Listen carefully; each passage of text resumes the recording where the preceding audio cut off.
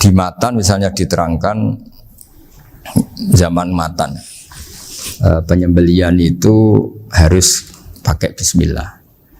Kalimat harus ini harus dengan arti taruhan sah tidak sah, apa harus sebagai etika, apa harus sebagai supaya kebiasaan baik ini bertahan. Saya ulang lagi ya, misalnya Pak Arifin dawuh teng jenengan cung nak nyembelih pitik kudu maca bismillah. Kalau kamu memotong hewan harus baca bismillah. Kata harus itu apa artinya syarat sah? Sehingga kalau tidak baca tidak sah. Apa keharusan dalam makna etikanya harus baca bismillah. Jadi urusannya hanya apa? Etika atau afdoliyah. Atau kita tidak ingin kultur baca bismillah itu hilang. Sehingga barang tidak wajib pun kita wajibkan supaya kultur baca bismillah itu tidak hilang. Nah Imam Syafi'i itu milih yang tidak wajib. Itu hanya urusan etika. Sehingga dhabihatul muslim meskipun enggak baca bismillah baik secara sengaja maupun lupa tetap halal ya, tetap sah, tetap halal. Tapi beberapa ulama mengatakan baca bismillah itu wajib dan menjadi syarat sah. Ya kira-kira karena pamit tadi, yang beri nyawa itu Allah, kok apa yang menghilangkan enggak pamit, sudah menghilangkan nyawanya ayam dimakan lagi. Wah itu selingkuhannya kan masih marah itu. Selingkuhannya, pacarnya, anaknya, cucunya itu kan marah itu. Tapi kalau pamit yang punya kan enggak. Coba kalau ayam cantik yang pas kamu sembelih itu lanangannya kan mangkel itu. Kalau kebetulan sudah tua kan sekarep-karepmu kan gitu. Jadi apa? Itu yang tahu Sarah. Saya ulang lagi yang tahu Sarah karena ini sudah jelimet. Sudah jelimet. Sehingga enggak ada kitab matan yang Indo kecuali disarai. Dulu ada kitab namanya Takrib, karangannya Abi Suja. Terus disarai kecil sekali oleh Fathul Qorib. Ya, oleh Ibnul Qasim Al-Huzi itu. Terus disarai lagi oleh Bajuri. Jadi Bajuri itu sudah sarhun ala sarhin warifin, ya, sudah sarhun ala sarhin, bukan sarhun ala matnin tapi sarhun ala sarhin. Nah, kenapa memang kita butuh itu? Saya ulang lagi kita butuh itu. Nah, kenapa butuh? Ya karena mau tidak mau. Saya ulang lagi mau tidak mau. Karena matan itu seperti itu. Misalnya matan cerita. Yang dikatakan menyembelih itu apa? Ya nyembelih itu ya nyembelih. Nyembelih itu memotong hewan. Terus motongnya dari mana? Kalau kamu motong hewan dari mana coba? Dari belakang atau dari depan? Dari mana? Depan misalnya. Pertanyaannya, ketika dari depan itu paling penting terpotong al-hulkum wal mari misalnya. Yang satu majrur to'am, yang satu majrur ruh, ya gitu, majrur nafas. Tapi andai kan dari belakang gimana? Tapi tetap terpotong. Mulai ribet kan? Kalau kubu sebelah kan enak, pokoknya nggak sunah Rasul seperti itu, nggak mau debat. Tapi kita enggak, cara berpikir enggak gitu. Ini kan status hukumnya halal apa haram ketika ada orang motong hewan dari belakang. Nah, terus kita berdebat kan, mesti berdebat itu mau dibilang haram, nyatanya memenuhi syarat apa tadi pemotongan, hukumnya kena, amarinya kena. Mau dibilang halal, jangan-jangan pitiknya sudah pingsan, sudah mati karena dogrok-ogrok dari belakang. Nah, itu terus ulama debat, nah, kan mungkin juga. Ya kan, pitiknya sudah setengah kena corona, pingsan terus. Ya kan, sudah pingsan terus digorok. Nah seperti ini mau tidak mau kita harus detail. Detail artinya yang dikatakan menyembelih itu apa? Ya nanti tak bacakan tabir di Bajiria sekaligus ijazah untuk jenengan semua. Saya tadi alhamdulillah ketemu Pak Arifin lama, ngendikan panjang lebar tentang pentingnya ilmu. Yang dikatakan nyembelih adalah mematikan hewan yang hidup dengan kaifiyah syariah. Saya ulang lagi, mematikan hewan yang hidup dengan kaifiyah syariah. Nah kalimat hidup ini mulai masalah. Hidup yang apa? Misalnya ada hewan, saya sering kalau ngaji cerita, ada ayam jago ketandang mobil, ketabrak mobil, kejet-kejet. Enggak kamu sembelih pun 1 menit lagi pasti meninggal. Ini kan hanya koordinasi prosedur saja. Karena prosedur ayam mati harus kejet-kejet, enggak boleh enggak langsung meletus mati, enggak boleh. Nah pertanyaannya ketika kejet-kejet ini kamu sembelih, itu halal apa enggak? Wong enggak disembelih juga sudah mati. Artinya enggak penyembelihan ini kan tidak memberi kontribusi pematian, tapi enggak ngefek. Makanya terus ada perdebatan. Ada hayatun mustaqirrah, ada hayatun ittiroriyah, ada harokatu masbuh. Itu kalau nggak sarah nggak bisa. Lalu pertanyaan nakalnya begini. Saya itu betul pernah ngalami itu. Wayam jago itu kan mahal, apalagi kalau Bangkok kan. Saya pas jalan-jalan sama anak saya, sama jalan-jalan mau ke pasar itu di pertolongan duar mak. Kusik halal tau ora? Karena tanya orang awam, halal kata saya gitu. Padahal andai kan tidak disembelih ya pasti mati.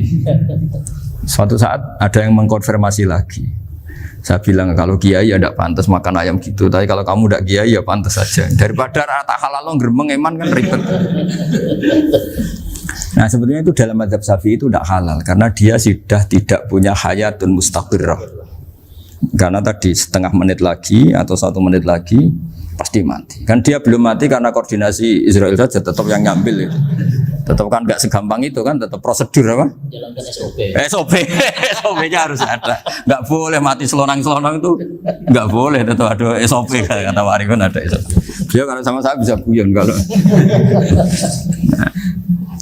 Nah, tapi misalnya nanti pertanyaan, tapi dalam mazhab Maliki itu diabaikan. Hayat mustaqirrah, hayat ittiroriyah, hayat itu diabaikan. Cara berpikir Imam Malik lebih matematis. Kalau nggak disembelih itu matinya berapa menit? 1 menit lagi. Gara-gara disembelih dia mati sekarang. Berarti eksekutornya ya peso itu. Ya berarti peso itu memenuhi kriteria mematikan sesuatu yang masih hidup, hewan yang hidup dengan cara syar'i. Jadi andai kan ada rapat malaikat, matinya karena apa coba? Karena peso apa karena kecelakaan? Karena peso. Ya kan? Karena kalau nggak tanpa peso nunggu 1 menit. Gara-gara disembelih langsung terjadi sekarang. Nah karena hukum halal ini yang menarik dan menguntungkan. Di bab ini orang jadi Malikiyah semua. Mana maksudnya? Jadi kita ini sebetulnya Syafi'i pecundang gitu. Syafi'i partai politik. Jadi kalau sedang tidak menguntungkan ya tidak. Kata siapa kita Syafi'i banget? Tidak juga itu. Ya, jadi karena tadi ya kalau pada level apa? Pada level perdebatan ulama itu ada tadi ya, ada seperti itu, ada hayatun mustaqirrah, ada hayatun ittiroriyah, ada harokatul masbuh. Jadi tak baca ya supaya dapat barokahnya ulama ya. Jadi tak baca redaksinya ini di halaman, terus kitab ini saya tinggal sebagai amal saya, keluarga saya, sebagai penghormatan saya sama Habib Ali, Habib Qures, Habib Hussein semuanya, Pak Arifin dan Bismillahirrahmanirrahim. Wa'alam. Ini halaman 562. Ikutnya bab kita buah kami sayyidi wa dzabai. Ya jadi nanti yang mungkin kalau beda halaman cari di babnya kalau beda halaman cari di babnya. Karena kadang beda halaman warifnya. Kalau cetak sekarang enggak. Beda. Iya, kadang beda juz pun. Kayak Ikhya sekarang tuh sampai 6 juz. Zaman kita ngaji kan 4 ya. Sekarang ada yang 6, ada yang ribet cetakan sekarang ya. Di atas ada 10. Satu Ikhya itu. Hurufnya dibesarin. Ikhya biar. Iya, ada yang sama. Karena ngerti ya, zaman akhir paling sudah agak buta huruf. Saya tuh dulu punya guru terakhum sudah sepuh.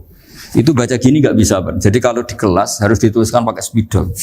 Mulang Minhajul Abidin. Sudah sepuh sekali. Kalau ngajar itu nggak bisa jalan, udah pakai beca. Itu yang nulis agak kurang ajar. Nulis CDE gitu cepet bar. Jadi kadang itu apa itu? Beliau masih semangat, tulisannya habis. Loh kok sentek jeng? Terus ya wes. Jadi nulisnya di HVS dulu. Udah cepat selesai. Iya. Nah kalau beliau pakai kitab sudah enggak berso itu. Anak-anak wah nulis sidik benang ber. Ribet. Saya ulang lagi ya. Jadi yang mau saya baca tadi itu logika fikih ya. Fikih itu berpikir ya. Di mana-mana namanya menyembelih itu apa? Dari hidup dimatikan dengan kaifiyah syariah. Kaifiyah syariah ini tidak boleh kamu nyontohkan harus disembelih, keliru juga. Karena untuk hewan yang berat atau hewan liar cukup dipanah asal ma'an harodama yang bisa ngalirkan apa? Darah. Jadi makanya saya umumkan bikaifiatin syariah Pak Arifin kan tidak harus motong kan bentuknya. Kalau hewan liar kan atau sapi kurban liar kan, sapi kurban ucul liar kan boleh dipanah, boleh macam-macam. Nah kalau tembak bisa diperdebatkan karena daun serapi Pak Arifin. Jadi bisa debat. Meskipun ada yang bilang boleh tapi bisa debat lagi kan? Karena daun serapa? Api Pak Arifin. Iya. Tapi ini saya cerita umumnya bikaifiatin syariah. Nah, karena kalimat hewan hidup, ada kalimat hidup. Hidup yang apa kan pertanyaannya? Hidup yang sudah kejet-kejet, misalnya sudah koma, sudah kena corona, disentak istrinya itu. Apalagi ayamnya menyaksikan pasangannya diselingkuhi, wah itu sudah stroke itu dia.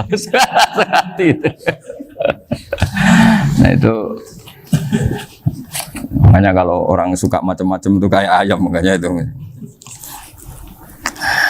Saya baca ya. Bismillahirrahmanirrahim. Wa'lam annahu yujadu fi ibaratihim hayatun mustaqirrah, hayatun mustamirrah, harakatu mazbuh. Wa yuqalu aisyu mazbuhin.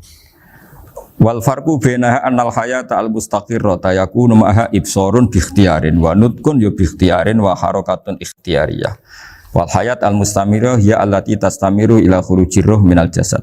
Wa harakatul masbuh ya allati la yabqa maha ibsarun bi ikhtiyarin wala nutqun bi ikhtiyarin wala harakatu ikhtiyariyah. Bal yakun maha ibsar wa nutqun wa harakatun ibtirariyah ini. Wa ba'duhum farraqa bainahuma. Sampai saat terus ini. Jadi ini perbedaan-perbedaan pandangan ulama. Nah, Imam Malik itu mengabaikan semua istilah itu. Sing penting pas mbok sembelih iku kecelok urip, cara wong Jawa iku kecelok urip.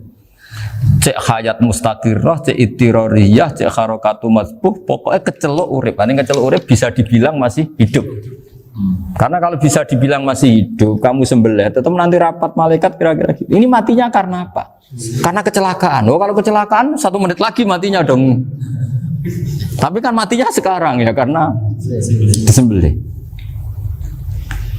Nah tadi saya bilang sebenarnya mazhab Syafi'i itu tidak seperti itu. Karena Imam Malik menghalalkan, biasanya penggemarnya lebih banyak. Di bab bongso halal itu kan penggemarnya masih banyak. Tapi ya sudahlah, itu masih ahli sunnah karena salah satu dari mazhab 4. Tapi logikanya juga masuk. Jadi kita bukan sekedar taklid ke Imam Malik, tapi kalau kita ikhtiyat ikut Imam Syafi'i ya monggo, karena mungkin secara medis karena mengalami seperti itu mungkin tingkat kesehatannya apanya sudah ya sudah lah, yang penting makanya terus orang Jawa pinter, nak PTE jago ya halal, nak cilik enggak lah. Itu kan ibarat perdebatan antara kepiting sama yuyu. Yang menghalalkan kepiting itu mengharamkan yuyu, tahu yuyu yang kecil di sawah ya. Tak tanya, kenapa yuyu halal? Karena amfibi Gus, bisa hidup di dua alam. Memangnya kepiting enggak? Oh beda. Ternyata beda maksudnya. Eman Gus kalau haram. Eman kan kalau yuyu haram kan enggak ngefek kan kecil. Ini mufti kok. Oh udah kadang halal, udah kadang makan selama ini. Iya selama ini udah kadang makan itu. Makanya banyak kiai yang mengharamkan kepiting sebetulnya, tapi minoritas kan? Minoritas. Tapi yang mengharamkan yuyu mayoritas, wong kecil aja. Jadi kita ribet ikut siapa? Gitu. Kata siapa? Ahli fikih gak mikir untung rugi. Makanya saya ini bingung, jadi saya ini kan kiai ya, kiai betul. Susah kadang jadi kiai. Sebagian guru saya itu mengharamkan kepiting. Nah kalau kayak dolan di daerah Yono Mas Nafis daerah itu, penghormatan tertinggi santri itu kalau nyugoi kiainya kepiting karena itu makanan termahal. Bingung kan dia? Mau tidak makan itu kayaknya dipersiapkan betul Pak Ribin. Udah ada effort ya. Warna nyari yang mahal kan. Mau makan itu sebagian guru kita mengharamkan. Akhirnya ya ada darurat tadi. Makan sekadarnya. Kalau saya habis 3 pasti israf. Kalau habis 1 prosedur hormat yang nyugui. Itu susahnya jadi kiai. Kalau kamu kan tidak kiai, mumpung gratis. Enaknya gak jadi kiai kan itu Mas. Pertimbangannya mumpung gratis. Sudah gitu masih mun dibutuh mawon, makai dibutuh mawon. Oh digawatenan. Tapi sebetulnya ada sisi naif dari yang bilang halal tadi. Ketika yang bilang naif itu versinya, tapi ya nggak apa-apa, semoga dimaafkan Allah. Naifnya tadi, tapi saya tidak tapi itu masalah khilafiyah ya. Semoga yang mengatakan halal juga benar, karena punya perhitungan iman tadi. Tapi yang bilang halal itu tak tanya, Yuyu itu halal apa haram? Lucunya jawab haram semua. Yuyu bahasa Indonesia nggak ada kayaknya. Nggak tahu juga saya apa. Yang penting paham tapi Yuyu, yang kecil itu. Itu kalau diharamkan nggak ada yang protes ya? Nggak ada. Tapi kalau kepiting? Ini pakai model apa? Coba Pak Wafa, kalau alasannya amfibi, Yuyu sama kepiting sama. Kalau alasannya amfibi, hidup di dua alam. Sama-sama. Sama-sama. Kenapa kepiting jadi halal? Lebih bernilai. Ini juga mufti model baru. Mungkin muftinya menghalalkan itu. Iya makanya itu. Kan jadi kayak tadi ayam jago tadi orangnya tak tanya akhirnya. Andekan yang kecelakaan itu ayam kecil. Kamu tanya saya enggak? Ya enggak, aku langsung tak buang. Kan langsung dibuang. Berhubung ayam besar. Eman kan. Tapi nurani aja sebetulnya protes. Nyembelih wis klekek-klekek.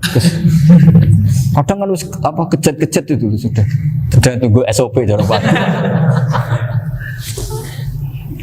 Ya tapi apapun itu ini ilmu harus didengar ya supaya sampean tahu ya, ada hayat mustaqirroh, ada hayat mustamirroh, ada hayat ittiroriyah, paling enggak kita ngerti lah. Karena nanti di bab B, ya nyun sewu di bab apa? B. Itu ya nanti enggak sahnya karena apa? Tidak mutamawal. Misalnya saya punya utang sama Pak Arifin ayam jago. Tak bayar dengan jago yang mengalami kehidupan sudah seperti itu kan tidak sah. Meskipun itu hidup tapi sudah tidak hayat yang mustamirah, tidak normal. Jadi ilmu itu apapun tidak cocok kita karena beda mazhab misalnya, tetap sebagai apa? Ilmu. Jadi jangan pernah anti ilmu meskipun kita tidak cocok. Dulu saya itu heran sama Abu Hanifah karena membolehkan merujuk wakaf. Wakaf itu kan nggak boleh ditarik kembali dalam mazhab Syafi'i dan hampir semua ulama bilang gitu. Tapi kalau kata Abu Hanifah, jika nazir yang nerima itu tidak sesuai rencana kita, keinginan kita itu boleh narik kembali. Fa innal waqfa atiyatun makhdoh, kata beliau. Wakaf itu ya pemberian normal saja. Suatu saat ada peristiwa gini Pak Arifin ya, ada orang kaya raya mewakafkan tanah itu senilai kalau nggak salah itu 60 miliar. Singkat cerita beliau bermain apa gitu, bisnis apa itu bangkrut. Kemudian itu belum disertifikatkan wakaf. Kemudian nggak ada yang disawang Coro Jowo, nggak ada yang dilihat, terus mau dibeli sama nyuwun sewu sampai yang mau beli yang mampu itu non muslim. Singkat cerita ada orang kaya muslim yang mau beli itu tapi ada problem karena itu wakaf. Tapi kalau nggak dibeli itu malah dibeli non muslim. Tanya saya, akhirnya saya jawab nggak apa-apa dibeli saja. Ikuti mazhab Abu Hanifah. Karena kalau mazhab Syafi'i itu nggak sah semua pembeliannya. Tapi apa artinya mazhab kalau kita berpikir nggak sah tapi yang jual melakukan? Nah itu yang nggak dipikirkan oleh orang-orang fikih yang di Menara Gading. Apa gunanya kita bilang nggak sah, tapi yang punya tanah tadi tetap menjual. Karena tidak mengindahkan hukum itu, mau apa? Makanya saya bilang ke Kiai tentang Gus itu nggak ada kaulnya dalam mazhab Syafi'i. Saya bilang, kamu mengharamkan itu tidak ada gunanya, karena itu tetap dilakukan. Jadi kita pertimbangannya ndak itu, daripada dikuasai situ, mendingan kita. Betul. Nah itu sisi-sisi fikih, makanya ini kita ngaji fikih tidak segampang itu memberi fatwa karena pertimbangannya banyak Pak. Hitam putih. Tidak hitam putih gitu maksud saya, ini cerita. Jadi nanti kamu ngerti. Jadi mau apa coba? Itu kan ibarat gini. Hukumnya kita ngajar perempuan itu masalah sebetulnya secara karena itu ajnabiyah. Tapi fikih mentoleransi li ajli ta'lim karena untuk belajar enggak apa-apa. Kalau sudah jadi fakta itu ribet. Dia maunya belajar sama kamu dan sekali kamu tidak mau belajar ke yang lain yang potensi menyesatkan. Jadi fikihnya bukan masalah nazar lagi, sudah penyelamatan. Ribet kan kalau sudah begitu. Saya punya kenangan yang menurut saya itu harus jadi trauma. Siapapun harus jadi trauma. Ini cerita sedikit. Ini masih ngaji fikih pertimbangan. Ada orang itu sangat khusyuk Pak. Sangat khusyuknya di rumahnya Pak Wafa itu nggak ada TV, nggak ada motor, nggak ada apa saja. Ketika anaknya berkembang agak dewasa, itu pertama naik motor, itu ya utang jasa sama kawan-kawannya. Pertama dia ngelihat nikmati TV ya dari kawan-kawannya. Corong Jowo mbek tanggane lah. Padahal orang tuanya ini protektif justru karena banyak tanggane sing ndak pati Islami lah. Ya mereka orang Islam tapi ya enggak sholat, enggak apa. Singkat cerita orang tuanya ini datang ke rumah saya nangis. Nangis Gus, sekarang saya ikrar bahwa mazhab Abah jenengan Kiai Nur Salim, bapak saya itu mazhab jenengan itu lebih hebat timbang mazhab kula. Nangis dia. Dulu saya itu agak menyalahkan Kiai Nur Salim jenengan karena longgar di rumah ada TV, ada motor. Terus dia cerita. Ya karena anaknya ini pertama bisa naik motor. Untuk anak ABG ini kan jasa yang luar biasa. Karena dia butuh sekali bisa naik motor, dipinjemin. Akhirnya walhasil anaknya ini yang saya merantau ke Jakarta kemana? Akhirnya lam yusolli wa lam yasum. Padahal anaknya ya kiai kampung. Terus tak ceritanya. Akhirnya dia tanya, kenapa sih Gus jenengan sama Abah kok longgar gitu sama anak? Terus tak ceritanya gini Pak Arifin. Menurut ilmu al-insan abdul ihsan, manusia itu budaknya kebaikan. Karena utang jasanya sama anak ini, ya dia akan ainut anak ini. Sementara kenangannya mbek jenengan mbok amui. Tidak boleh. Dia baru ngakui ya Gus saya itu nyun sewu hanya khusyuk tapi kurang ilmu. Tadi dia hanya berdasar khusyuk. Bocah kok main delok TV kan pikirannya hanya gitu. Ini cerita ilmu, saya bukan menjustifikasi manapun. Ini kan cerita ilmu Pak Arifin ya. Jadi semuanya itu ada hitung-hitungannya. Coba kalau kita terlalu stakung be anak pertama naik motor jasanya orang nggak sholat ya, pertama roh TV jasanya orang nggak sholat. Coba terikatnya anak ini sama kita apa sama orang itu? Sama orang itu. Bayangkan kalau umur ABG, kalau umur sak pari pun Pak Wafa ini nafsu astagfirullah kan. Gue coba tua nome orang. Gaya tok, bareng tua udah khusus gue gaya tok. Aslinya namanya bodoh. Ya saya sama semuanya. Cuma saya akan lebih jujur dari biasa. Jadi orang itu harus ngitung gitu. Itu kenapa Mbah Mun tuh kayak alim alama. Setahu saya dalamnya ada TV. Putra-putra ini lihat TV. Meskipun kita tidak mungkiri negatifnya TV, kita nggak mungkiri Pak Arifin ya. Tapi tadi ketika anak-anak ABG itu pertama lihat TV jasanya tonggoni. Kalau kebetulan tanggane wong soleh nggak masalah ya. Kalau enggak, itu nangis ke rumah saya itu ya. Nyesel dia. Tapi saya bilang gini, ini jenengan tiang soleh, mesti anak jenengan suatu saat kembali. Coba pola jenengan harus rubah. Ini hebatnya Nabi. Ketika Sayyidah Aisyah masih kecil, minta diperlihatkan Li'bul Habasyah. Itu diturutin kan masyhur itu.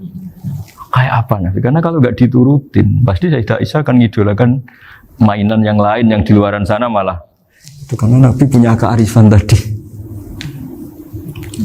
Jadi ini kan ilmu, lagi-lagi ilmu. Jadi yang semua itu harus dibaca dengan ilmu. Makanya kata Nabi, ad-dunya mal'unatun mal'unun fiha illa dzikrawah wa ma'alahu aw aliman aw muta'aliman. Karena dunia ini hanya bisa dibaca dengan ilmu. Yang diridai Allah maksudnya hanya bisa. Saya itu banyak kenal menteri, kenal pejabat. Tapi saya tidak pernah melihat itu sebagai pejabat. Melihatnya itu orang yang ingin belajar agama. Karena sekali salah melihat, yang hidup itu tamaknya Pak Arifin. Yang hidup kan tamaknya. Saya kenal orang kaya kok melihat kayanya, yang hidup itu tamaknya, ingin dapat ini. Tapi kalau melihat itu sebagai hamba Allah yang ingin belajar, insya Allah kita selamat dari tamak. Meskipun kita ya manusia tidak sempurna. Setidaknya ketika dia lomo atau tidak lomo, nyalami template apa tidak ngefek karena kita melihat ini mau belajar. Tapi kalau kamu didorong tamak, katanya orang kaya ternyata nggak tahu haknya kiai, ribet kan? Ribet. Ya kalau kamu punya santri cantik ya lihat itu sebagai santri kamu. Jangan melihat ini mau nggak sama saya, kalau enggak ya wah ya ribet kalau gitu. Ini anak-anak muda harus dilatih ikhlas, baru bahaya ini santri-santri sampean kalau nggak dilatih ikhlas ini bahaya. Karena ini belum punya penggemar pejabat, paling ya anak-anak yang ya tadi ABG. Jadi lah Sarah kembali lagi Sarah itu membicarakan itu detail. Jadi ya makanya kenapa orang mati yang lahir langsung meninggal itu nggak wajib disolati. Alasannya di fikih ya lucu. Karena dikatakan sholat mayit di mana-mana mayit itu sabakohu hayatun. Di mana-mana namanya mati itu terdahului oleh hidup. Nah ini nggak pernah hidup langsung mati. Jadi fikih itu ya kadang lucu. Ya gitu aja alasannya. Kamu nyolati apa? Mayit. Kenapa kok mayit? Jadi mayit itu namanya mayit Orang mati. Orang mati artinya pernah Hidup. hidup. Nah itu sarah. Jadi ketika matan hanya cerita wasiktu alladzi lam yastahila, enggak pernah nangis, lam yusalla alaihi. Sarah bilang mergo ora tahu urip. Kalau enggak pernah hidup berarti enggak bisa dikatakan mati. Kayak sampean miskin itu kan enggak bisa dikatakan bangkrut. ya, ya miskin aja gitu loh. Kan gitu ya. Karena nggak pernah kaya. Enggak udah kaya. Kayak Mas Nafis nggak bisa dikatakan, oh itu Qurannya lupa gimana? Nggak pernah hafal. Jadi yang dikatakan lupa itu pernah hafal. Nggak lupa nggak apa, Gus Qurannya lupa, gaya nggak pernah hafal, kok bilang apa? Lupa gitu. Nggak boleh Pak Wafa bilang saya ini bangkrut apa? Nggak pernah kaya kok bangkrut kan? Jadi semua itu ada aturannya itu. Nah itu sarah, lagi-lagi sarah. Jadi kita kan banyak yang syarhun ala syarhin. Jadi kayak kitab takrib itu disarai Fathul Qorib. Jadi Fathul Qorib itu sudah sarah. Disarai lagi Bajuri. Nah, itu termasuk cerita itu ya. Cerita-cerita. Bismillahirrahmanirrahim. Ya, wa yakunu qad umma dzukira daf'atan wahidatan la fi daf'ataini. Islam tujad al hayat al mustaqira inda daf'ati saniyah. Amma idza wujidat al hayat al mustaqira daf'a saniyah fayakhilu al masbuhu aidan. Fasartu wujudul hayat al mustaqira fi ibtida'il wati akhir marrah. Wa makharu dzalika inda tulil fasli wa illa fala rafa'a sikina wa ada fawran aw alqaha liqawniyaka latan wa akhadha ghairaha fawran aw saqatat minhu wa akhadha ghairu halan aw qallaba wa qata abiyama bagi hal al masbuh. Jadi ini masalah sarah. Sarah itu sudah detail. Misalnya gini, kamu motong ayam. Motong ayam harus sekaligus shred jadi. Jangan sampai nyuwun sewu 2 kali. Jangan-jangan misalnya gini, ayam tak potong pas ke kiri separuh. Ya, ke kiri separuh apa hulkumnya. Pak Arifin datang, Assalamualaikum Gus Pak, waalaikumsalam, terus santai jagungan dulu. Jagungan sampai besoknya itu enggak meneruskan. Bareng-bareng balik salam, ingat lagi ayam saya ini. Ketika saya meneruskan ini, potensi ayam ini sudah mati atau sudah hidup yang ini masih mazhab Syafi'i loh ya. Atau sudah hidup yang sudah tidak normal. Artinya apa? Penyembelian kedua yang mengeksekusi tadi sebenarnya mengeksekusi barang mati. Yang penyembelian pertama tidak bisa dikatakan penyembelian karena tidak sampai mati. Penyembelian kedua berstatus setengah mati. Nah kalau seperti itu maka haram. Kecuali itu dilakukan secara fauron. Fauron dicontohkan nyembelih ternyata pesunya kedul terus ngambil yang lain. Tapi fauron langsung atau terjatuh ngambil langsung. Ya itu boleh karena ditoleransi. Tapi kalau kalam ajnabi kata tadi omongan Pak Arifin. Seperti Pak Arifin, alhamdulillah sih. Jaminan mau rawuh. Dari ayamnya asem mana? Ini harus sebar. Ini orang ngawur betul. Jadi, lah itu sarah. Bicara sampai detail itu sarah. Jadi ada sekian kemungkinan. Jadi termasuk yang diandaikan apa? Nah, hayat mustaqirah itu batasnya yakunu maha ibsorun bi ikhtiyarin wa nutkun bi ikhtiyarin wa harakatun ikhtiyariyah. Hayat mustaqirah itu kalau dia betok-betok itu ya karena karepnya. Maksudnya gini, gamane cara roh pitik wedok engkek ya cek karepe dhewe. Cara dia melihat peso itu karepe ya masih lari. Jadi misalnya ada ayam. Ayam kita sembelih baru luka sedikit. Belum sampai andaikan dibiarin ya mungkin suatu saat sembuh, luka. Terus melihat kamu lari ketakutan karena kamu dianggap gladiator, killer lah. Nah itu berarti punya hayat mustaqirah. Tapi sudah kalau kamu sembelih karek ngeriwit, roh kue serawedi, ya kan? Mau demo ya sudah agak berkutik, ya dia berarti tidak punya hayat mustaqirah. Gitu. Ya batasannya itu Joro. Nah. Dalam mazhab Syafi'i, syarat sahnya penyembelihan harus hewan itu punya hayat mustaqirah. Nah ini sarah ya, jadi sarah itu lebih jelimet. Nah makanya kenapa tidak boleh nyembelih pakai yang tumpul Mas Nafis? Takutnya ayamnya itu ngalami dohtoh, kok ditekek. Misalnya sama nyembelih pakai peso tumpul, ini kini ketekek, takut. Kan dia misalnya ayamnya jantungan, roh peso wis setruk kan, udah gitu ketekek. Nah itu mati dulu pasti itu. Siksa. Jadi pas diongok-ongok dia sudah mati. Jadi nanti kalau di akhirat, sebenarnya saya sudah mati loh, ngawur. Wah, apalagi nganggo keris naga sosro. Wah, itu sudah gereng sakti kan diginikin tok sudah mati kan? Makanya bahaya nyembelih pakai keris-keris sakti karena sebelum terpotong sudah mati saking saktinya wah. Keris itu misalnya gitu. Baru nempel. Makanya nanti suatu saat ada pertanyaan ini, boleh enggak nyembelih ayam orang yang rainya itu sangat? Wah, itu haram. Kena. Oh, itu mesti mati dulu. Kumisen tatonan apa? Ya bodoh. Iya kayak algojo. Ayamnya jenis apa? Stroke ya? Jenis penakut. Pas mau disembelih, tidak mati. Jadi hati-hati ya nyembelih ayam. Jadi kalau orang kampung Pak Arifin ya, orang kampung mudin kampung. Mungkin kalau orang kota sudah nyuwun sewu gak peduli. Kalau orang kampung itu apa itu Pak Arifin? Kalau nyembelih jago itu sampai apa itu? Ilatnya dikeluarin dulu. Oh iya. Apa ya?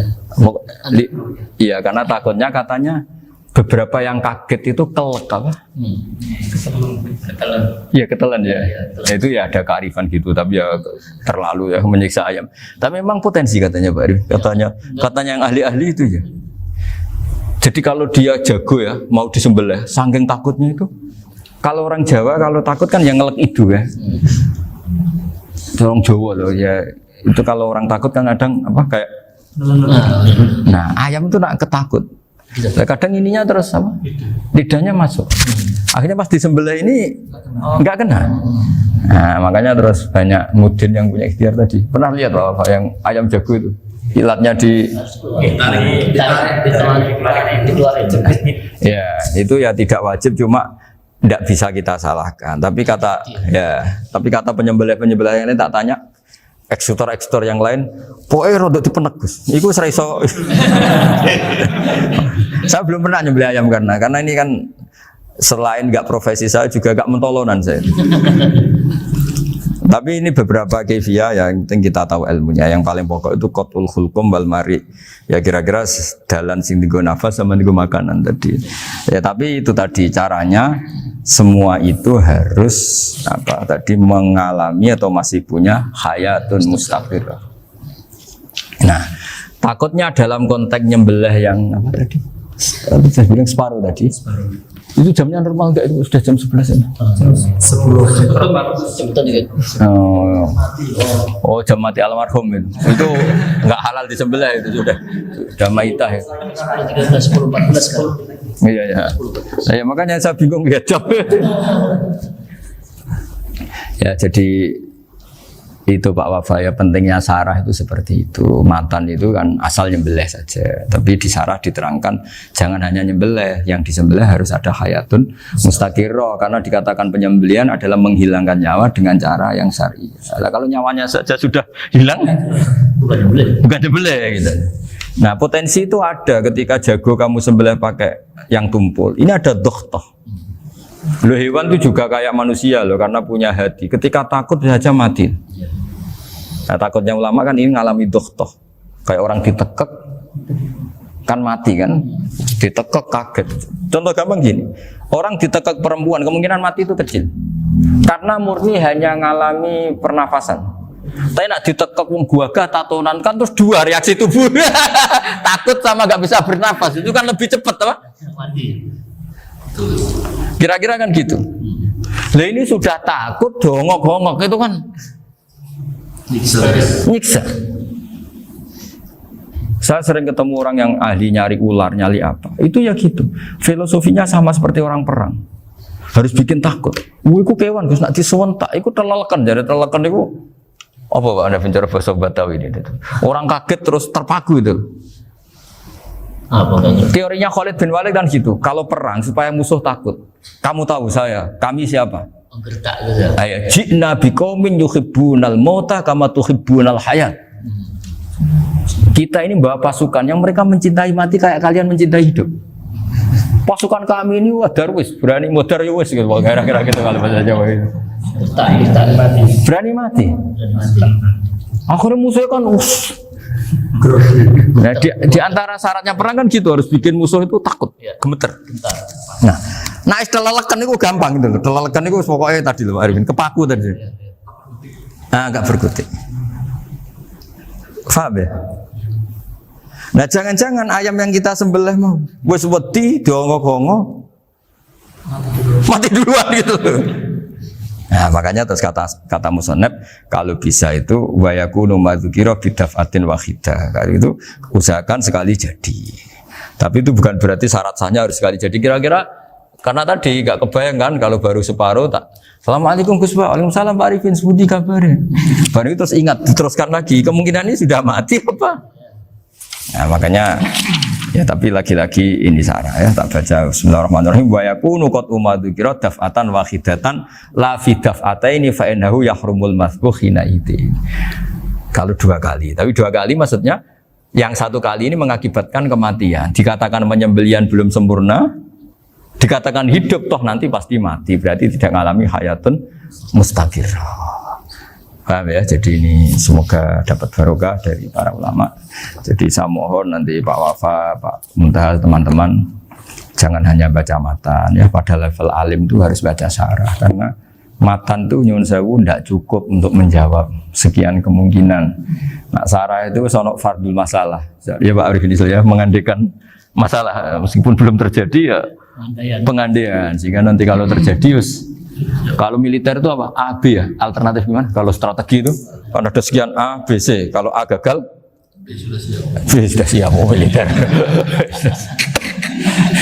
Jadi kalau masuk surga pintu 1 nggak bisa, itu kedua. Lewat teras Gus. Ini sembrono. Pergi Al-Fatihah.